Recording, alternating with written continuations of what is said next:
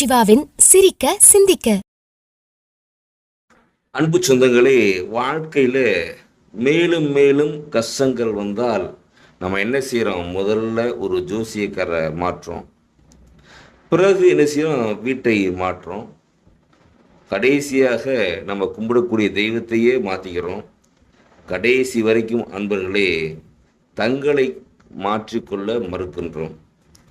ஆனால் பிரச்சனைகள் எவ்வளவு பிரச்சனைகள் வந்தாலும் அது நம்மிடம் இருக்கும் வரை எதை மாற்றினாலும் மாறப்போவதில்லை. நண்பர்களே, வாழ்க்கையில் எப்பொழுதுமே நண்பர்களே முதல்ல நம்ம யார் அப்படிங்கிறத முதல்ல பார்க்கணும். அதனால் நீங்கள் வீட்டை மாற்றுறையோ தெய்வத்தை மாற்றினாலையோ ஜோசியக்காரனை மாற்றினாலும் எந்த பலனும் கிடையாது. ஏன் பிரச்சனைகள் வந்துச்சு அப்படிங்கிற ஒரு ஆராய்ச்சி பண்ணினா அதற்கு தீர்வு கிடைக்கும், வாழ்க்கையும் மாறும், உங்களுடைய வாழ்க்கையில் பல மாற்றங்கள் நடக்கும். நன்றி, வணக்கம்.